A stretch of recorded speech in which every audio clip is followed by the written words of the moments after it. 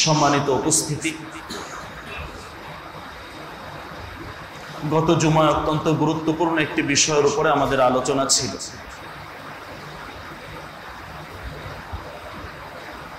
কোরআন এবং হাদিস থেকে বেশ কিছু আয়াত এবং হাদিসকে সামনে এনে আমরা কিছু আলোচনা শুনছিলাম। আলোচনার মৌলিক বিষয়টি ছিল যে আমলে জান্নাতের সুসংবাদ আছে। এই শিরোনামের উপরে আজকেও কিছু কথা শুনবো ইনশাআল্লাহ। হাদিসের গ্রন্থগুলোর মাঝে বিভিন্ন জায়গায় বিভিন্ন আমলের সাথে সরাসরি জান্নাতের সুসংবাদ দেওয়া হয়েছে, যে এই আমলগুলো যারা করবে তাদের জন্য জান্নাতের সুসংবাদ আছে। সে হাদিসগুলোকে একত্রিত করে আজকে আমরা নির্ধারিত অল্প সময় কিছু কথা শুনব। নিয়ত করি এবং চেষ্টা করি এই আমলগুলো যাতে আমাদের জীবনে বাস্তবায়ন করতে পারি। যেহেতু সরাসরি বিশ্বনবী সাল্লাল্লাহু আলাইহি ওয়াসাল্লাম এই আমলগুলোর সাথে জান্নাতের সুসংবাদ দিয়েছেন, আর সাহাবায়ে কেরাম খুঁজে খুঁজে এই জাতীয় আমলগুলোকে খুব বেশি করার চেষ্টা করতেন।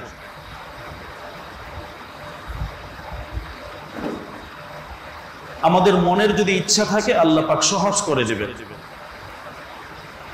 এবং হয়তো এর যে কোনো একটি আমলের ওসিলায় আল্লাহ পাক শেষ বিচারের দিনে আমাদের জন্য সেই চির সুসংবাদ জান্নাতের ফয়সালা করে দিবেন ইনশাআল্লাহ। এজন্য অনেকগুলো আমল আছে, সময় যতটুকু কুলায় ইনশাআল্লাহ এর ভেতরেই আমরা অতটুকু আলোচনায় আনব। গত সপ্তাহে বেশ মৌলিক মোটা দাগে বেশ কয়েকটি আমলের কথা এসেছিল, বিশেষ করে সাইয়্যিদুল ইস্তিগফার পাঠ করা সকাল সন্ধ্যা, প্রতি ফরজ সালাতের পরে আয়াতুল কুরসি তেলাওয়াত করা, ওযুর পরে কালিমা শাহাদাত পাঠ করা, মা বাবার খেদমত করা, এতিমদের দায়িত্ব গ্রহণ করা, এই জাতীয় বেশ কয়েকটি আমলের আলোচনা হয়েছে। আজকে ইনশাআল্লাহ বাকি কিছু কথা আমরা শুনব। বিশ্বনবী সাল্লাল্লাহু আলাইহি ওয়াসাল্লাম হাদিসের ভেতরে বিশেষ একটি সুসংবাদ দিচ্ছেন ওই ব্যক্তিদের জন্য যারা ফরজ সালাতের পরে যে সুন্নতে মুআক্কাদাগুলো আছে, বিশেষ করে 12 রাকাত সুন্নতে মুআক্কাদার যে বিধানটি আছে, এই আমলটি নিয়মিত ধারাবাহিকভাবে যারা করবে তাদের জন্য বিশ্বনবী সাল্লাল্লাহু আলাইহি ওয়াসাল্লাম বলেন, বানাল্লাহু লাহু বাইতান ফিল জান্নাহ।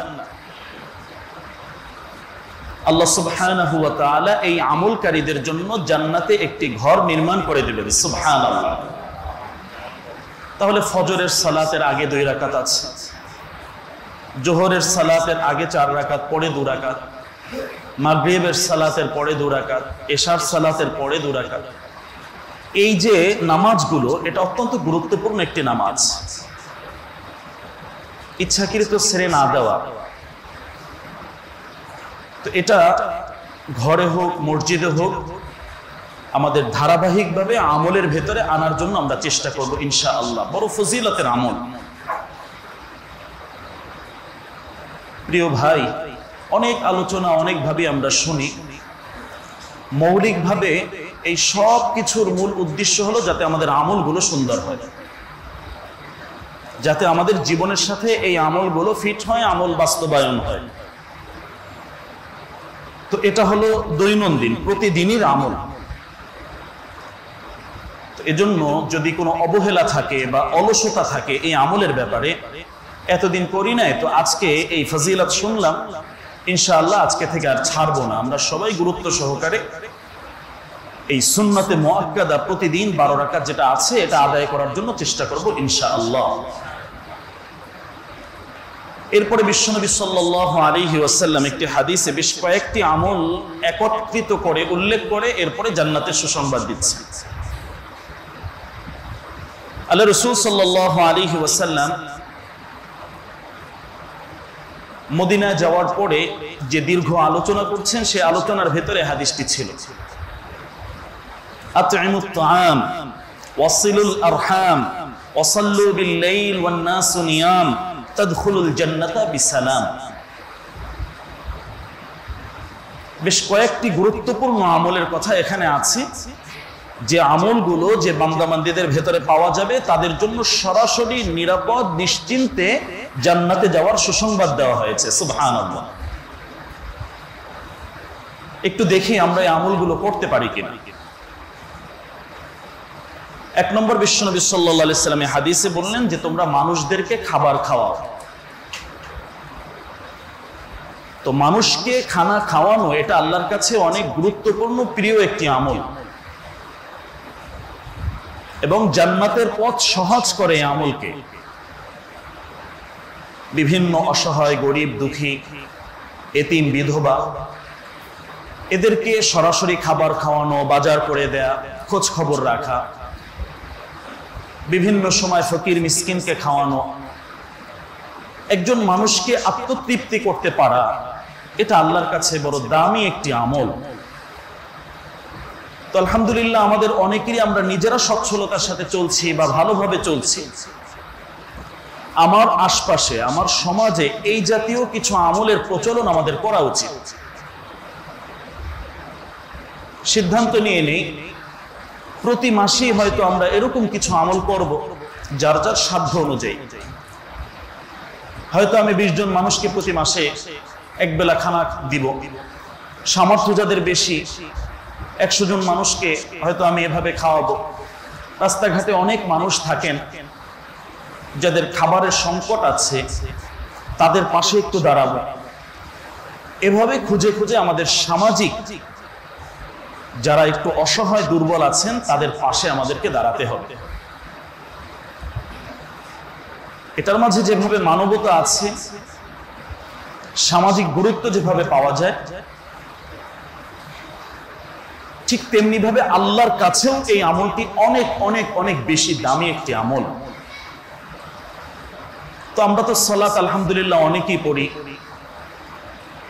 মৌলিক মোটা দাগের কাজগুলো করি, কিন্তু এই জাতীয় কাজ এটাও কিন্তু ইসলাম।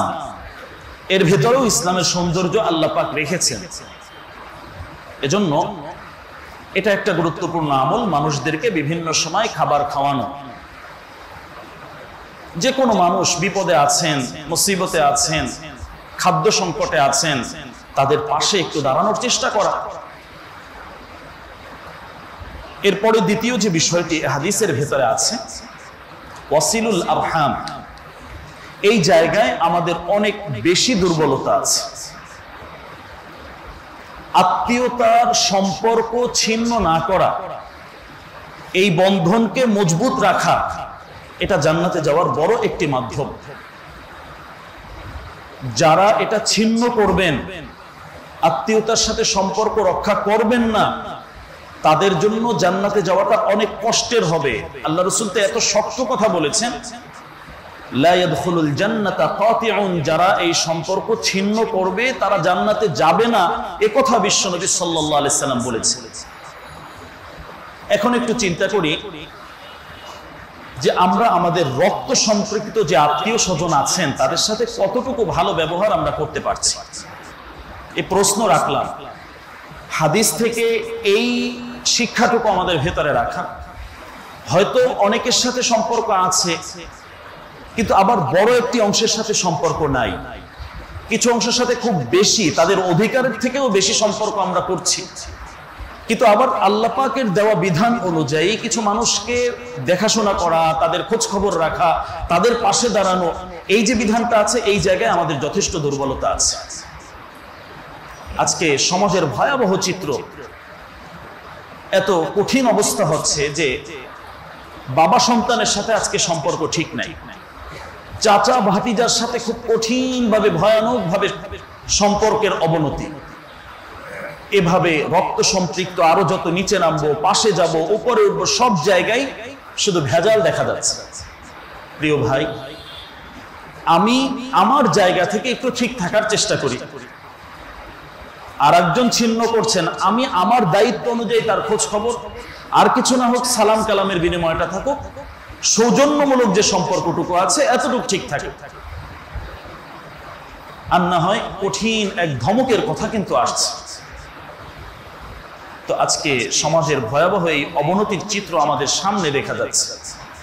পেপার, পত্রিকা, মিডিয়া, এগুলোর মাধ্যমে যা বোঝা যাচ্ছে যে সমাজের হয়তো কিছু মানুষকে নিয়ে আমরা সন্তুষ্ট, অথচ আল্লাহর দেয়া বিধান হলো সবাই, সকল আত্মীয় স্বজনকে নিয়ে আমাকে চলতে হবে, তাদের খোঁজ খবর রাখতে হবে। অর্থনৈতিকভাবে আল্লাহ পাক একটু স্বাচ্ছন্দ্যে রেখেছেন, তো বাকি যারা দুর্বল আছেন তাদেরকে ভুলে যেন না যায়। কিংবা শ্বশুরালয়ের আত্মীয়র সাথে খুব বেশি সম্পর্ক, নিজের রক্তের আত্মীয়দেরকে একেবারেই ভুলে যাচ্ছে। তারা গ্রামগঞ্জে পড়ে আছেন, তাদের খোঁজ খবর নেয়ার মতো আমাদের সেই সময়টুকু নাই। কিন্তু এর বিপরীত শ্বশুরালয়ের আত্মীয়র সাথে খুব দরহম মরহম, সবসময় তাদের আল্লাহর দেওয়া বিধানের থেকে অতিরিক্ত তাদের জন্য করছি, এটাও একটা বেইনসাফি। তো এই জায়গাটায় আমরা একটু সচেতন হওয়ার চেষ্টা করি। এরপরে বিশ্বনবী সাল্লাল্লাহু আলাইহি ওয়াসাল্লাম আরেকটি ব্যক্তিগত আমলের কথা বললেন। এই আমলটির মাধ্যমে জান্নাতে যাওয়া অনেক সহজ হয়ে যায়। প্রিয় ভাই, যার সাথে যে আমলটা মানায় ওভাবে আমরা করি, কিংবা দেখি যে আমলটা আমার ভেতরে একটু কম আছে, এখান থেকে নিজেরাই সিদ্ধান্ত নিয়ে নেই আমার কবরে তো ভাই আমাকেই থাকতে হবে। এখন যত বন্ধু বান্ধব দেখি, কাছের মানুষ দেখি, খুব অনেক মানুষ সম্মান করছে, খুব বেশি শ্রদ্ধা করছে। প্রিয় ভাই, বিপদে পড়লে কবরের জগতে কেউ পাশে আসবে না, কেউ কাছেও থাকবে না। তো আমার ওপারের জগতে, আমার জান্নাতে যাওয়াটা কিভাবে সহজ হয়, এই বিষয়ে আমাকে গুরুত্ব দিতে হবে যদি আমি বুদ্ধিমান হই। যদি বুদ্ধির সংকট থাকে তাহলে অবশ্যই সাময়িক এই জাতীয় আনন্দে আমরা তুষ্ট হই, খুশি হই, কিন্তু মরার পরে কোরআন এবং হাদিস যা বলে এটা বুঝানোর ভাষা আমাদের নাই। এত কঠিন পরিস্থিতিতে মানুষ পড়বে ভাই। তো এজন্য এই আমলগুলো আমাদের অত্যন্ত জরুরি, যেহেতু সরাসরি জান্নাতের কথা আল্লাহ রসুল এটা বলেছেন। কোনো মিথ্যা হওয়ার, সংশয়, সন্দেহ, সম্ভাবনা কোনো কিছুই এখানে নেই। ব্যক্তিগত আমলের ভিতরে যেটা বিশ্বনবী সাল্লাল্লাহু আলাইহি ওয়াসাল্লাম বললেন,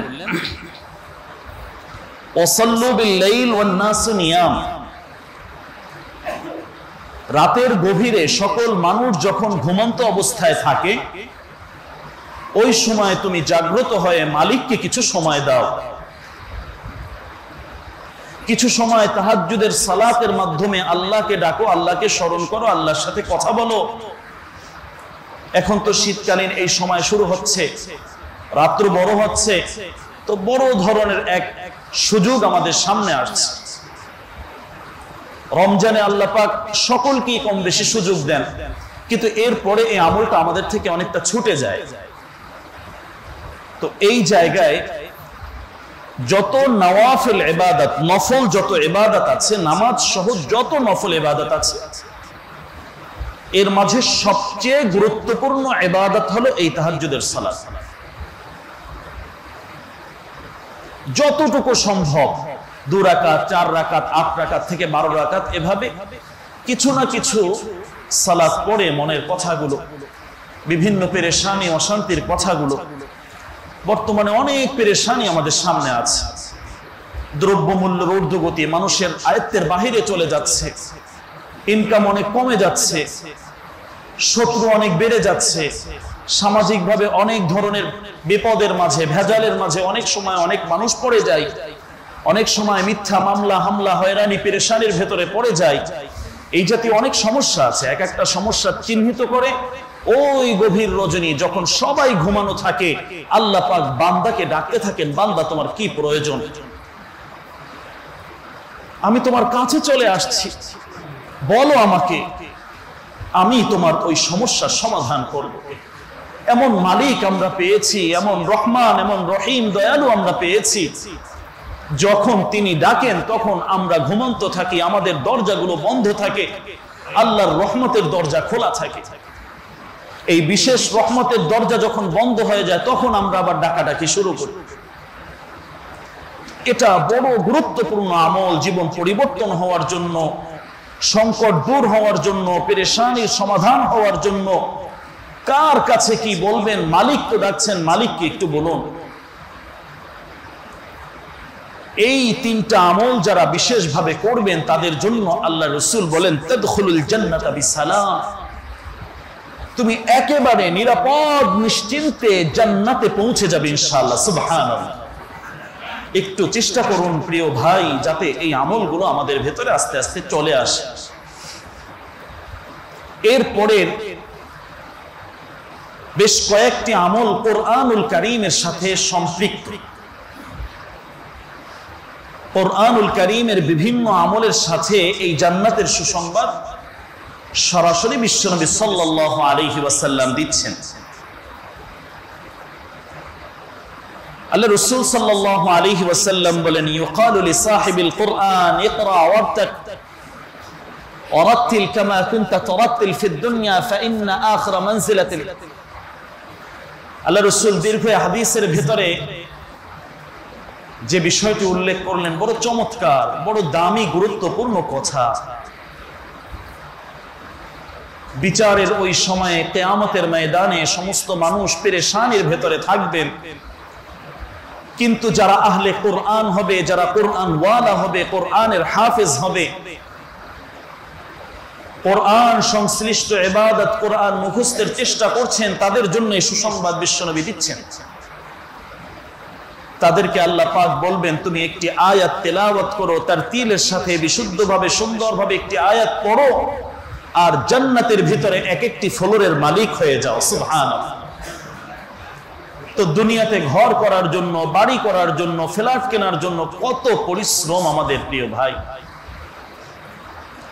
জান্নাতের এক একটি ফ্লোরের যে কত দাম, বিভিন্ন বর্ণনা আছে। তো একটি আয়াতের হাফেজ তুমি যদি হও, একটি ফ্লোরের মালিক তুমি হয়ে যাবে। এভাবে যতগুলো আয়াতে কারিমা তোমার মুখস্থ, ততগুলো ফ্লোরের মালিক তুমি হচ্ছ। তো একজন হাফেজের কত মর্যাদা আল্লাহ সুবহানাহু ওয়া তাআলা এখানে দিচ্ছেন। সরাসরি জান্নাতের মালিকানার সম্পর্ক আল্লাহ পাক এখানে পড়ে দিচ্ছেন। তো নিজেরা পারছি না, নিজেদের আগে হয়নি, তো আমার পরবর্তী প্রজন্মের এখন যারা আছে তাদের ক্ষেত্রে আমরা বিশেষভাবে নজর দেই। আমার বংশের ভিতরে একটা হাফেজ বানানোর চেষ্টা করি, আমার সন্তানদের ভিতরে একজন হাফেজ রাখার চেষ্টা করি। কিয়ামতের ময়দানে সুপারিশের জন্য বড় প্রয়োজন হবে।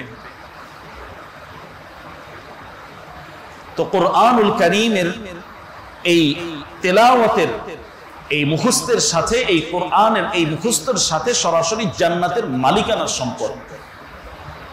একটু চিন্তা করি যে আমি কতটুকু সেখানে মালিকানা চাই, ওই জান্নাতের কতটুকু সম্পদ আমি চাই। তো এখান থেকে এই ব্যবস্থা আমাদের করতে হবে। এরপরে বিশ্বনবী সাল্লাল্লাহু আলাইহি ওয়াসাল্লাম কোরআনুল কারীমের বিশেষ আরেকটি সূরার সাথেই জান্নাতের কথা বলছেন। কোরআনুল কারীমের সূরাতুল মুলকের ব্যাপারে আল্লাহ রাসূল সাল্লাল্লাহু আলাইহি ওয়াসাল্লাম বলছেন, হাত্তা আদখালাতুল জান্নাহ ওয়া হিয়া তাবারাকাল্লাযী, যে এই সূরার তেলাওয়াত যে বান্দার মাঝে নিয়মিত ধারাবাহিক থাকবে, বিশেষ করে প্রতি রাত্রি দ্বারা তেলাওয়াত করবেন, এই সূরা তাদেরকে জান্নাত পর্যন্ত পৌঁছানোর আগ পর্যন্ত তাদের সাথে থাকবে। সুবহানাল্লাহ। আল্লাহর সাথে সরাসরি কথা বলবে যে আল্লাহ তোমার বান্দা আমাকে হেফাজত করছে, আমাকে তেলাওয়াত করছে, তাকে রেখে বিপদে ফেলে আমি এখান থেকে যাব না, তাকে জান্নাত পর্যন্ত পৌঁছিয়ে তবেই আমি সেখান থেকে যাব। তো এত পাওয়ারফুল, শক্তিশালী এক আমল বিশ্বনবী সাল্লাল্লাহু আলাইহি সাল্লাম আমাদেরকে দিচ্ছেন। একটু চিন্তা করি যে কয়জনে আমরা এই আমলটা করছি। গত রাতে কয়জনে আমরা করতে পারছি ভাই? হ্যাঁ, ইল্লা মাশাআল্লাহ, তো কিছু মানুষ অবশ্যই করবেন।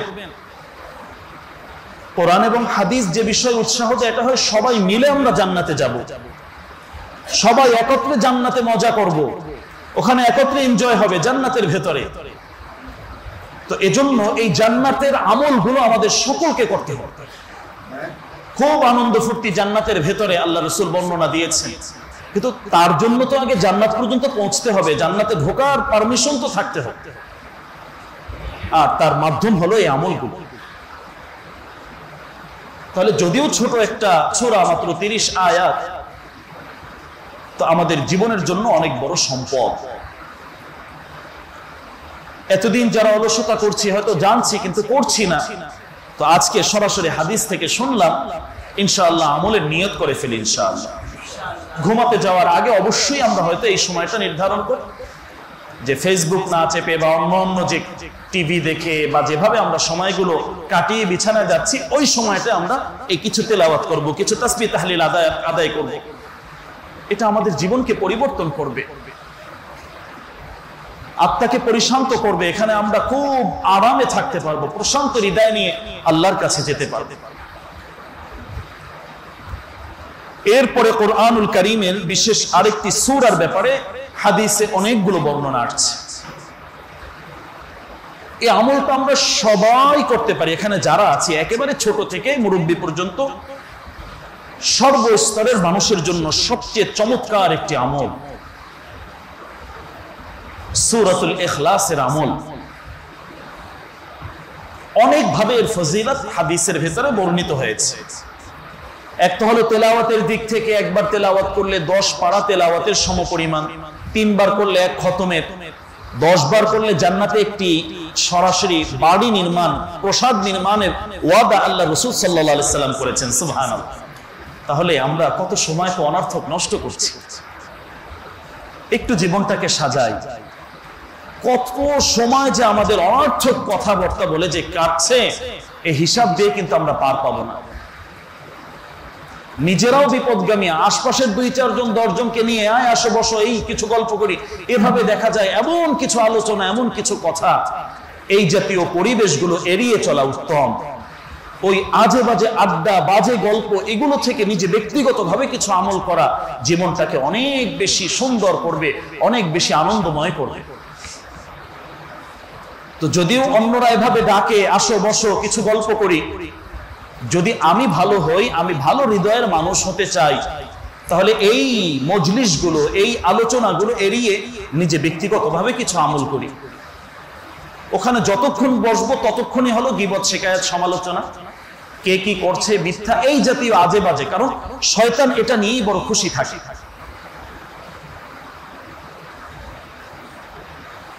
একটু চেষ্টা করা এই জাতীয় আড্ডা, বাজে গল্প যেগুলো আছে, এখান থেকে আমরা যদি বেরিয়ে এই আমলগুলো করতে পারি, আমাদের জন্য অনেক বেশি সুসংবাদ, অনেক বেশি আল্লাহর সন্তুষ্টির মাঝে আছে। আল্লাহ রাসূল সাল্লাল্লাহু আলাইহি সাল্লামের এক সাহাবী নামাজের ভিতরে সূরা ইখলাস প্রতি রাকাতেই তিনি তেলাওয়াত করতেন, ইসলামের প্রাথমিক অবস্থা।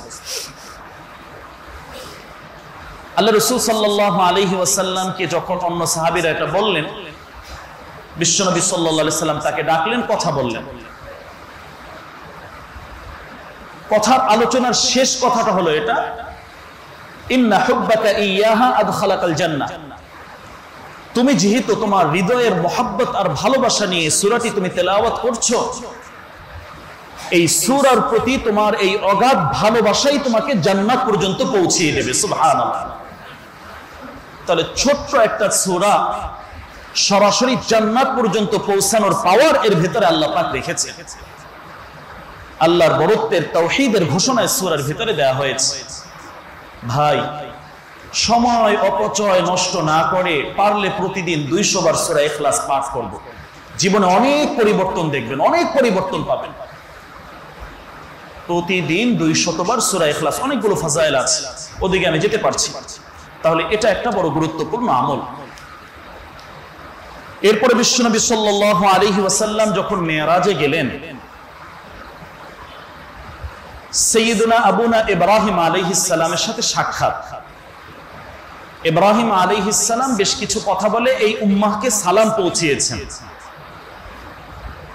বিশ্বনবীর মাধ্যমে এই উম্মাহকে আল্লাহ রাসূলের পক্ষ থেকে ইব্রাহিম আলাইহিস সালাম এভাবে সালাম পৌঁছিয়ে যে কথাটি বললেন যে জান্নাতের মাটি অনেক উর্বর, জান্নাতের ভেতরে তোমরা কিছু গাছ লাগাও, ওয়া ইন্না গরাসাহা সুবহানাল্লাহ ওয়াল হামদুলিল্লাহ।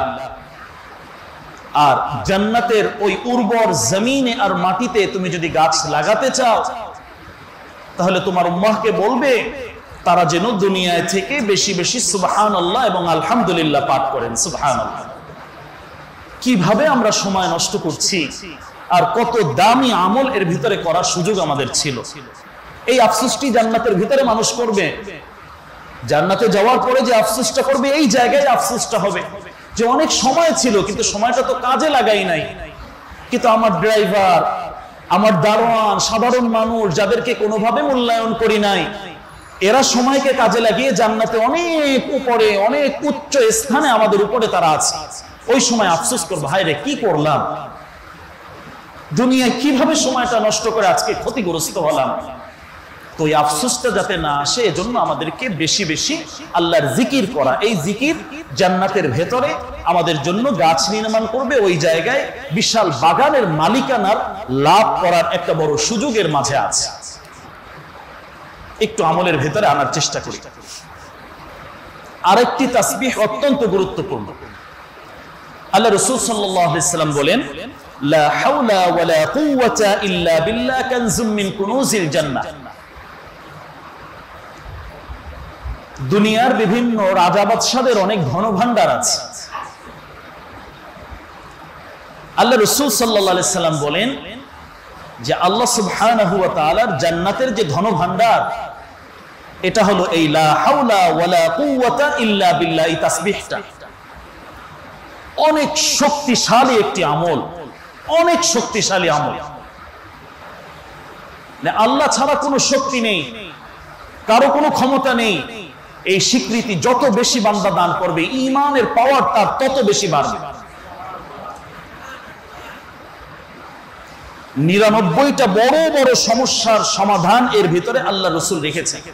যে সমস্যা, তুমি লা হাওলা ওয়ালা কুওয়াতা ইল্লা বিল্লাহ পাঠ করো, এই পেরেশানি তুমি এই আমলটা করো। তো এজন্য যত বেশি আমরা এই আমলটা করতে পারবো তত বেশি হৃদয়ের প্রশান্তি এবং সমস্যা দূরীকরণ। এর জন্য আমাদের এটা বড় ধরনের একটি আমল।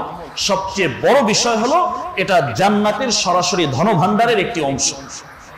দুনিয়ায় থেকেই আমরা জান্নাতের সেই ধনভাণ্ডারের মালিকানা লাভ করছি। তাহলে এই আমলটা সাধারণ আমল, খুব ছোট্ট আমল, কিন্তু অনেক কার্যকরী, অনেক গুরুত্বপূর্ণ বিষয়। এরপরে তাসবিহাতের ভিতরে আরেকটি আছে যেটা আমরা সবাই জানি, সবাই করার চেষ্টা করব। আমরা যদি ঈমান নিয়ে বিদায় নিতে পারি, কালেমা নিয়ে যদি বিদায় নিতে পারি, তাহলে এটা আমাদের জান্নাতে যাওয়ার সবচেয়ে বড় একটি মাধ্যম হবে। তো এজন্য যে আমলটি করা, যে বিষয়টি খেয়াল রাখা, এটা হলো জবানটাকে লা ইলাহা ইল্লাল্লাহর মাধ্যমে সবসময় তরুতাজা রাখা। একটু সময় পাচ্ছি কিছু কথার মাঝে লা ইলাহা ইল্লাল্লাহ, লা ইলাহা ইল্লাল্লাহ, লা ইলাহা ইল্লাল্লাহ, এভাবে জবানটাকে জারি রাখা। আমার অজান্তেই যাতে এখান থেকে এই তাসবিহাত, এই জিকিরগুলো এগুলো বের হয়। এটা আমার জন্য ভিন্ন কোনো প্রস্তুতি যাতে নিতে না হয়, এমন ভাবে আমলগুলো করতে থাকা। এটা আমার আখিরাতের বড় সম্বল এবং পাথেয়। একটি ঘটনার মাধ্যমে জান্নাতের সেই মালিকানার কথা হাদিসের ভিতরে আসছে। সাদ ইবনে আবি ওয়াক্কাস রাদিয়াল্লাহু আনহু, তাকে যে ঘটনার কারণে আল্লাহর রাসূল জান্নাতের সুসংবাদ দিয়েছিলেন, হাদিসের পৃষ্ঠার ভিতরে এগুলো আছে। সাদ রাদিয়াল্লাহু আনহুর জান্নাতে যাওয়ার সেই সুসংবাদ, এটা সকল মানুষের জন্য, যারাই এই আমলটি করতে পারবেন তাদের জন্য এই সুসংবাদ থাকবে। তিনি কি করতেন? আল্লাহ রাসূল সাল্লাল্লাহু আলাইহি ওয়াসাল্লাম বললেন যে এখন যে ব্যক্তি আসবেন তিনি জান্নাতি। কিছুক্ষণ পর সাদ রাদিয়াল্লাহু আনহু আসলেন। এভাবে 3 দিন হলো। বিভিন্ন সাহাবায়ে কেরামের মনে প্রশ্ন, কেন তাকে বিশেষভাবে আল্লাহ রাসূল এই কথাটি বলছেন যে এখন যিনি আসবেন তিনি জান্নাতি, কেন এই কথা বলছেন? এক সাহাবী তার মেহমান হলেন, 3 দিন তার কাছে ছিলেন, বিশেষ কোনো আমল নাই, আমরা গতানুগতিক সাধারণ যে আমল করি তিনিও একই আমল করেন। 3 দিন পরে তাকে বিশেষভাবে প্রশ্ন করা হলো যে ভাই আপনি আসলে কি আমল করেন, আল্লাহ রাসূল কেন আপনাকে এভাবে বললেন, বিশেষভাবে এই মর্যাদার কথা আপনার সাথে কেন আল্লাহ রাসূল যুক্ত করলেন? তিনি তখন যে বিষয়টি বললেন, এটা আমাদের জন্য, আমাদের সমাজের জন্য, প্রতিটা মানুষের জন্য বড় গুরুত্বপূর্ণ এবং শিক্ষণীয়। তখন তিনি বললেন, ভাই যখন আমি রাতের বেলা ঘুমাই, আমি আর বেশি কিছু আমল করতে পারি আর না পারি, আমি সকল মানুষকে মাফ করে দিলটাকে সাফ করে তারপর ঘুমাতে যাই। সুবহানাল্লাহ বলবেন না? আমাদের সমাজে এই জায়গায় সবচেয়ে বড় জটিলতা আর সমস্যা, মানুষকে মাফ করতে জানি না, হৃদয়টা অনেক শক্ত, প্রতিহিংসা কাজ করে, অহংকার কাজ করে, আমি বড়, বাস কারে ও কাকে আবার গোনায় ধরবো, এই জাতীয় বিষয়গুলো আমাদের সবচেয়ে বেশি পীড়া দেয়, সবচেয়ে বেশি কষ্ট এই সমাজের ভেতরে। তো এই সাহাবী আমাদেরকে যেটা শিখালেন, যেটা দেখালেন, যে এই ঘুমের ভেতরেই তো আমার শেষ ঘুম হতে পারে, যদি ঘুম থেকে উঠতে পারি তাহলে তো সকাল, না হয়তো এটা এই পরকাল শুরু হয়ে যাবে। তো এখন সকাল হবে না পরকাল হবে আমরা জানি না, তো এই ঘুমাতে গেলাম, সকল মানুষের শখ হদ আদায় করে, সব মানুষকে মাফ করে তারপর আমরা ঘুমাতে যাই।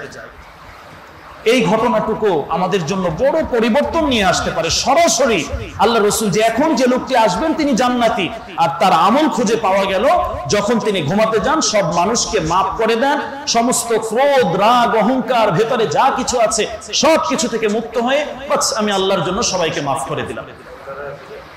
এর থেকে বড় আর কি হতে পারে? তো এই আমলটি আমাদের জন্য বড় শিক্ষণীয়। এরপরে জান্নাতে যাওয়ার যে আরো অনেক আমল আছে, এর ভিতরে সত্য কথা বলা, এটাও বর্তমান সমাজে আমাদের বড় সমস্যা। মিথ্যার ফুলঝুরি, মিথ্যা কথায় অভ্যস্ততা, একটু হিসাব করে দেখলে যে আমাদের অনেক কথাই মিথ্যার ভিতরে চলে যাচ্ছে। এটা আমাদের জান্নাতে যাওয়ার, আমাদের আমলগুলো কবুল হওয়ার ক্ষেত্রে একটি বাধা সৃষ্টি করবে, প্রতিবন্ধকতা সৃষ্টি করবে। বিশ্বনবী সাল্লাল্লাহু আলাইহি সাল্লাম বলেন, ইন্নাস সিদকা ইয়াহদি ইলাল বির ওয়া ইন্নাল বিররা ইয়াহদি ইলাল জান্নাহ। কোন মানুষ যদি সত্যবাদী হতে পারেন, সত্য কথায় অভ্যস্ত হতে পারেন, তাহলে এটা তাকে সৎ পথে নিয়ে আসবে, আর এই সৎ পথ মানুষকে জান্নাত পর্যন্ত পথ দেখাবে, জান্নাতে পৌঁছিয়ে দেবে। সুবহানাল্লাহ। একটু ভেবেচিন্তে সিদ্ধান্ত নেয়া যে আমি ব্যবসা করছি, আমার ব্যবসার ভিতরে যে মিথ্যার বড় একটি অংশ আছে, আমি বিভিন্ন কাস্টমারকে বুঝাচ্ছি, কত মিথ্যা ধোঁকা দিয়ে বুঝাচ্ছি, আমার জান্নাতটাকে আমি নষ্ট করছি, আমার মালিককে আমি কতটুকু আর জিতাবো, আমি নিজে ঠকে যাচ্ছি। সাময়িক জিতে গেলেও স্থায়ীভাবে হেরে গেলাম, পরকালে হেরে গেলাম এই মিথ্যার আশ্রয় গ্রহণ করে। এখন আমার কবরে যেহেতু আমিই থাকবো, সুতরাং আমার সিদ্ধান্ত আমাকেই নিতে হবে। সত্য কথা, সত্যবাদিতা, সত্যবাদীদের সাথে থাকা, এই বিষয়ের প্রতি অনেক উৎসাহ দেওয়া হয়েছে। এরপরে গুরুত্বপূর্ণ আরেকটি আমল, বিশ্বনবী সাল্লাল্লাহু আলাইহি ওয়াসাল্লামের কাছে এক সাহাবী এসে আল্লাহ রাসূলকে এভাবে বললেন, ইয়া রাসূলুল্লাহ, আমাকে কিছু নসিহত করুন, কিছু ওসিয়ত করুন, এমন কিছু আমলের কথা বলুন যে আমলটা আমাকে সহজে জান্নাতে নিয়ে যাবে। সাহাবায়ে কেরাম বিভিন্ন সময় এভাবে বলতেন। তো এই সাহাবী যখন বললেন, আল্লাহ রাসূল সাল্লাল্লাহু আলাইহি ওয়াসাল্লাম তাকে কি বললেন, এটা আমাদের জন্য শিক্ষা। যেমন একটি আমলের কথা বলুন যে আমল আমাকে জান্নাত পর্যন্ত নিয়ে যাবে। দুল্লানি আলা আমালিন ইয়াদখিলুনিল জান্নাহ। আল্লাহ রাসূল সাল্লাল্লাহু আলাইহি ওয়াসাল্লাম তখন বললেন, লা তাগদাব ওয়ালাকাল জান্নাহ। আল্লাহু আকবার। তুমি জান্নাতে যাবে, তুমি সর্ব অবস্থায় সবসময় তোমার ভেতরে যে একটা রাগ কাজ করছে, ক্রোধ কাজ করছে, প্রতিহিংসা কাজ করছে, আর একজনের উপরে জুলুম করার একটা মানসিকতা তোমার ভেতরে কাজ করছে, প্রতিশোধ দিবে, এই যে একটা কাজ করছে, এইটাকে ঝেড়ে ফেলে দাও। কখনো রাগ করবে না, ভেতরে ক্রোধ আনবে না। এই রাগান্বিত অবস্থা, রাগ করা, এটা তোমাকে জান্নাত থেকে অনেক দূরে সরিয়ে দেয়। রাগের মাথায় অনেক সিদ্ধান্ত তোমরা নিয়ে ফেলো, পরবর্তীতে আফসোস করো, হায় করলামটা কি। এই রাগের মাথায় সিদ্ধান্ত নিয়ে বহুত সংসার ভেঙে গেছে, বহুত মামলা হয়েছে, বহুত হামলা হয়েছে, বহুত নির্যাতন হয়েছে। মূল বিষয়টা রাগ, একটা প্রতিশোধ পরায়ণ ব্যাপার। তো আল্লাহ রাসূল কোন জায়গায় চিকিৎসা করলেন? আজকে আমাদের সমাজের বাস্তবতাটা কি? যে রাগের কারণে আমার শক্তি আছে, আমার পাওয়ার আছে, আমার ক্ষমতা আছে, আমার চেয়ারের ক্ষমতা আছে, আমি তো সবকিছু করতে পারি। না ভাই, আল্লাহর রাস্তে ক্ষতিগ্রস্ত করবেন না নিজেকে। এই সাময়িক একটু বিজয়, এটা আপনাকে স্থায়ীভাবে পরাজয় করে দেবে। আল্লাহ রাসূল কত সুন্দরভাবে বারবার বলছেন, একটা আমলের কথা বলেন যেটা জান্নাতে আমাকে নিয়ে যাবে। আল্লাহ রাসূল বারবার একইভাবে বলছেন, লা তাগদাব ওয়ালাকাল জান্নাহ, তুমি এভাবে অনর্থক রাগগুলো ছেড়ে দাও। যদি রাগ ছেড়ে দিতে পারো তাহলেই তোমার জন্য জান্নাত। সুবহানাল্লাহ। দেখুন কত উত্তম আদর্শ। সমাজে সামাজিকভাবে মানুষ যাতে শান্তির সাথে থাকতে পারে, মিল করে আল্লাহ রাসূল দেওয়ার জন্য এভাবে কত সুন্দর চমৎকার চমৎকার পরামর্শ দিচ্ছে। এই জায়গায় আমাদেরকে একটু ভদ্রতা আনা উচিত। বিশ্বনবী সাল্লাল্লাহু আলাইহি ওয়াসাল্লাম আরেকটি আমল দীর্ঘ হাদিসের ভেতরে আসছে। মূল কথা হলো জান্নাতে যাওয়ার জন্য যে বিষয়টি এখানে আছে, সুদবিহীন অর্থ ঋণ দেওয়া এবং সচ্ছলতার সাথে ওই ব্যক্তিকে পরিশোধ করার সুযোগ দেওয়া। আজকে আমাদের সমাজে অনেক মানুষ অনেক সময় বিপদগ্রস্ত হন, কিছু টাকার প্রয়োজন, কেউ দিচ্ছেন না। আবার কিছু মানুষ টাকা নিয়ে বসে আছেন, লাখে 10,000 দিলে তোমার কত লাখ দরকার। ভয়াবহ অপরাধ, কবিরা গুনাহ, মায়ের সাথে জেনা, আরো কত ধরনের যে ক্ষতি এখানে আছে, এই কাজটি আজকে হচ্ছে। তো আল্লাহ রাসূল সাল্লাল্লাহু আলাইহি ওয়াসাল্লাম এক ব্যক্তির এভাবে ঘটনা বললেন। তিনি ব্যবসায়ী মানুষ ছিলেন, তিনি জান্নাতে গেছেন। জান্নাতে যাওয়ার কারণটা তাকে জিজ্ঞাসা করা হলে তিনি যে কথাটি বলছিলেন এটা হাদিসের ভিতরে আসছে। তাকে প্রশ্ন করা হলো, কি আমল তোমাকে জান্নাতে নিয়ে এসেছে, কোন আমলের বিনিময়ে তুমি জান্নাতে আসছো? তিনি বললেন, আমি একজন ব্যবসায়ী ছিলাম, বিপদগ্রস্ত দরিদ্র যে মানুষগুলো আছে তাদেরকে আমরা বিভিন্ন সময় ঋণ দিতাম, সুদবিহীন অর্থ ঋণ, কর্জে হাসানা, প্রয়োজন পূরণ করো, প্রয়োজন হলে আবার দিয়ে যে। আর যারা ঋণ নিচ্ছে তাদেরও দায়িত্ব আছে, টাকা পাওয়ার পরে নিজের মালিকানায় চলে আসে, মনে করা হয় যে আর দিতে হবে না, পরিশোধ করতে হবে না। এভাবে সময়ের পর সময়, যুগের পর যুগ ঘুরাচ্ছে, এটা অন্যায়। তো এই জায়গায় বিশ্বনবী সাল্লাল্লাহু আলাইহি ওয়াসাল্লাম যেটা বললেন যে হ্যাঁ, তিনি টাকা দিতে পারছেন না, তাকে দীর্ঘ সময় দিতাম, তুমি 5 মাসে দাও, 1 বছরে দাও, আস্তে আস্তে করে পরিশোধ করো। তো এর মাধ্যমে ওই গরিব ব্যক্তির, দরিদ্র ব্যক্তিরও প্রয়োজন পুরা হতো, আর এই ব্যক্তিও জান্নাতের সুসংবাদ সে এভাবে নিচ্ছেন এবং জান্নাত পর্যন্ত পৌঁছেছেন। তো আমাদের সমাজে এই জায়গায় একটু সমস্যা আছে। একটু চেষ্টা করি যাদের সেই সম্ভব হয়, সামর্থ্য থাকে জান্নাত অর্জন করার জন্য, এই অর্থনৈতিক আমলটিও আমরা করার জন্য চেষ্টা করব। এরপরে দোয়ার মাধ্যমে বিভিন্ন ভাবে জান্নাতের অনেক ওয়াদা আছে। এর ভিতরে একটা দোয়া আছে সকাল সন্ধ্যা 3 বার পাঠ করা, রাদিতু বিল্লাহি রাব্বান ওয়া বিল ইসলামি দীনান ওয়া বিমুহাম্মদ সাল্লাল্লাহু আলাইহি ওয়াসাল্লাম রাসূলান ওয়া নাবিয়্যা। এই দোয়াটি 3 বার পাঠ করা অনেকগুলো ফজিলত আছে। তার ভিতরে একটা হলো, হাদিসের ভিতরে এসেছে আল্লাহ রাসূল সাল্লাল্লাহু আলাইহি ওয়াসাল্লাম বলেন, আমি তার হাত ধরে জান্নাত পর্যন্ত পৌঁছে দেব। সুবহানাল্লাহ, বড় চমৎকার আমল ভাই, করার চেষ্টা করি।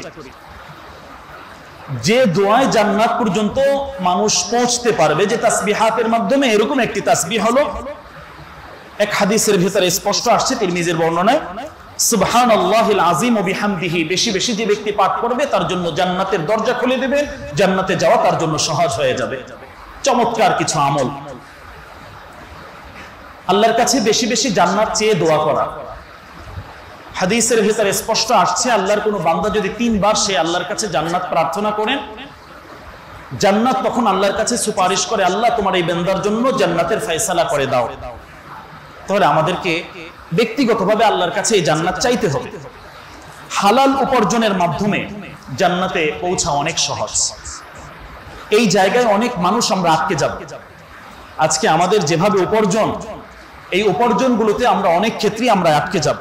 তাহলে হালাল ভক্ষণ এটা একটা ফরজ ইবাদত, অন্য সকল ফরজ ইবাদত গুলো কবুল হওয়ার ভিত্তি। এটা বড় গুরুত্বপূর্ণ বিষয়। এটা এই যে নামাজ পড়লাম, অন্যান্য যত ফরজ ইবাদত করছি, সমস্ত ফরজ ইবাদত গুলো কবুল হওয়ার ভিত্তি হলো হালাল ভক্ষণ করা, হালাল রিজিক সামনে রাখা।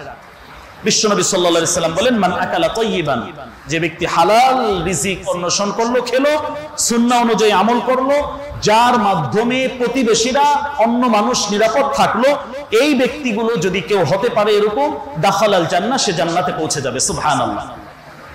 তাহলে আমার মাধ্যমে যাতে প্রতিবেশীরা নিরাপদ থাকেন, আমার মাধ্যমে যাতে অন্য মানুষ কষ্ট না পান, এই বিষয়গুলো আমাদেরকে খেয়াল রাখতে হবে। মৌলিকভাবে মূল কথার ভিতরে যে বিষয়টি আছে জান্নাতে যাওয়ার, এটা হলো সকল কাজে আল্লাহ এবং আল্লাহর রাসূলের আনুগত্য করা। হাদিসে স্পষ্ট যেটা আসছে, মান আতাআনি দাখালাল জান্নাহ, যে ব্যক্তি আমার অনুসরণ করলো, বিশ্বনবী নিজে বলছেন। এখন আমার জীবনের সাথে আমি মিলাই যে আমি রাসূলের পূর্ণ অনুসরণ করতে পারছি কিনা। তাহলে আমার অনুসরণ যিনি করলেন, তার জন্য আল্লাহ রাসূল বললেন দাখালাল জান্নাহ। এভাবে গুরুত্বপূর্ণ আরেকটি আমল আমরা দেখতে পারি, নামাজের কাতারের ভেতরে যে ফাঁকা জায়গাগুলো আছে, এ সম্পর্কে অনেকগুলো বিধান আছে। এখন যে হাদিসটি বলবো জান্নাতের আমলের, বিশ্বনবী সাল্লাল্লাহু আলাইহি সাল্লাম থেকে, নামাজের কাতারের ফাঁকা জায়গাগুলো স্বেচ্ছায় যদি পেছন থেকে কোনো বান্দা এসে পূরণ করে, তার জন্য সরাসরি জান্নাতের সুসংবাদ। সুবহানাল্লাহ।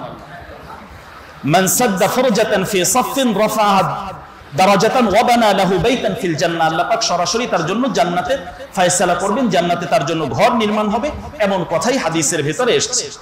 তো এভাবে আমরা যদি চেষ্টা করি ইনশাআল্লাহ সহজ হবে। আরেকটি নামাজ সংক্রান্ত ব্যাপার এখানে আসছে হাদিসের ভিতরে। আল্লাহ রাসূল সাল্লাল্লাহু আলাইহি সাল্লাম বলেন, ফজর এবং আসর এই দুইটা নামাজ বিশেষ গুরুত্বপূর্ণ নামাজ। আল্লাহ রাসূল সাল্লাল্লাহু আলাইহি সাল্লাম বলেন, মান সাল্লাল বারদাইন দাখালাল জান্নাহ, যে ব্যক্তি ফজরের সালাহ এবং আসরের সালাহ এভাবে জামাতে আদায় করছে, তার জন্য সরাসরি জান্নাতের সুসংবাদ রয়েছে। সুবহানাল্লাহ। তো এই জাতীয় অনেকগুলো আমল আছে, আমলগুলো আমরা আস্তে আস্তে করার জন্য চেষ্টা করি। ইনশাআল্লাহ ইনশাআল্লাহ কোনো একটা আমলের বিনিময়ে হয়তো আল্লাহ সুবহানাহু ওয়া তাআলা আমাদের জন্য সেই জান্নাতের ফয়সালা অবশ্যই আল্লাহ রাসূল যে হাদিসগুলো বলেছেন, আশা করা যায় ইনশাআল্লাহ আল্লাহ পাক করে দেবেন। তাহলে সর্বশেষ কথা, আমাদের জীবনের গুনাহগুলো মাফ করাতে হবে, আর এর জন্য সর্বদা সবসময় তাওবার আমল আমাদেরকে করা উচিত। তুবু ইলাল্লাহি তাওবাতান নাসুহা, এই তাওবার মাধ্যমে জান্নাতের সুসংবাদ আল্লাহ রাসূল সাল্লাল্লাহু আলাইহি সাল্লাম দিয়েছেন এবং সরাসরি সূরা তাহরিমের ভিতরে আল্লাহ তাআলা নিজে দিচ্ছেন। সুতরাং সব সময় আমরা তাওবার আমল করি, অন্য মানুষকে maaf করে দেওয়ার চেষ্টা করি, নিজেরাও আল্লাহর কাছে বেশি বেশি maaf চাই। আল্লাহ পাক আমাদের সকলকে আমলগুলো করার তৌফিক দান করুন, যে আমলগুলো আমাদেরকে সহজে জান্নাতে পৌঁছিয়ে দেবে। সর্বশেষ কথা, আমাদের মসজিদ ইনশাআল্লাহ বয়স্কদের কোরআন শিক্ষার একটি ব্যাচ সপ্তাহে চালু হচ্ছে, যাদের সুযোগ হয় আমরা বসার চেষ্টা করব। আল্লাহ পাক তৌফিক দান করুন। ওয়া আখিরু দাওয়ানা আলহামদুলিল্লাহি রাব্বিল আলামিন।